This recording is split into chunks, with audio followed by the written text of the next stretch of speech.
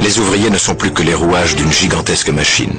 Le système s'impose à eux autant pour les cadences que pour les rémunérations. Ils doivent s'adapter au rythme constant de la chaîne. Toute l'usine travaille désormais à la même vitesse. Impossible de ralentir et à plus forte raison de s'arrêter. Arthur Herbeau fait partie des 4000 employés de Renault.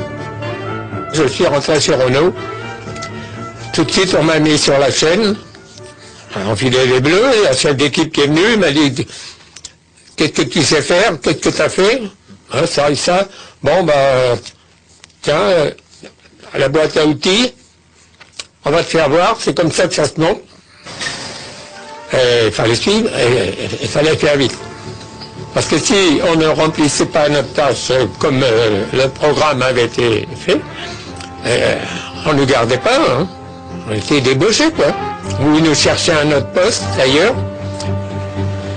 Le travail à la chaîne, c'est pas du travail intéressant, c'est pas un travail qui motive le gars, hein. On peut pas le motiver, c'est toujours faire la même chose.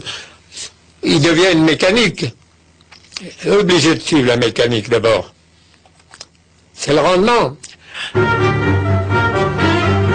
Beaucoup ne tiennent pas la cadence. Un ouvrier sur deux reste moins d'1 an dans ces entreprises.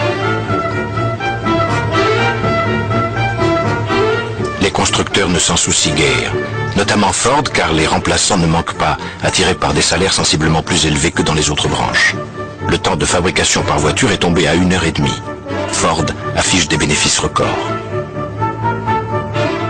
Il peut donc se permettre d'augmenter les salaires. Lorsqu'il annonce qu'il double la rémunération, la portant au niveau inouï de 5 $ par jour, l'usine est assiégée par les candidats. Red Cole avait à peine 18 ans lors de ses débuts chez Ford. Ce qui m'a surtout marqué avec M. Ford, c'est qu'il a été le premier à payer 5 $ par jour. Pour moi, M. Ford était comme un dieu. Comme un dieu parce qu'il contrôlait des milliers et des milliers de personnes. Il organisait les gens, les chaînes, les allées et venues, et les équipes. 3 équipes, 8 heures dans l'équipe, matinée, après-midi et soirée.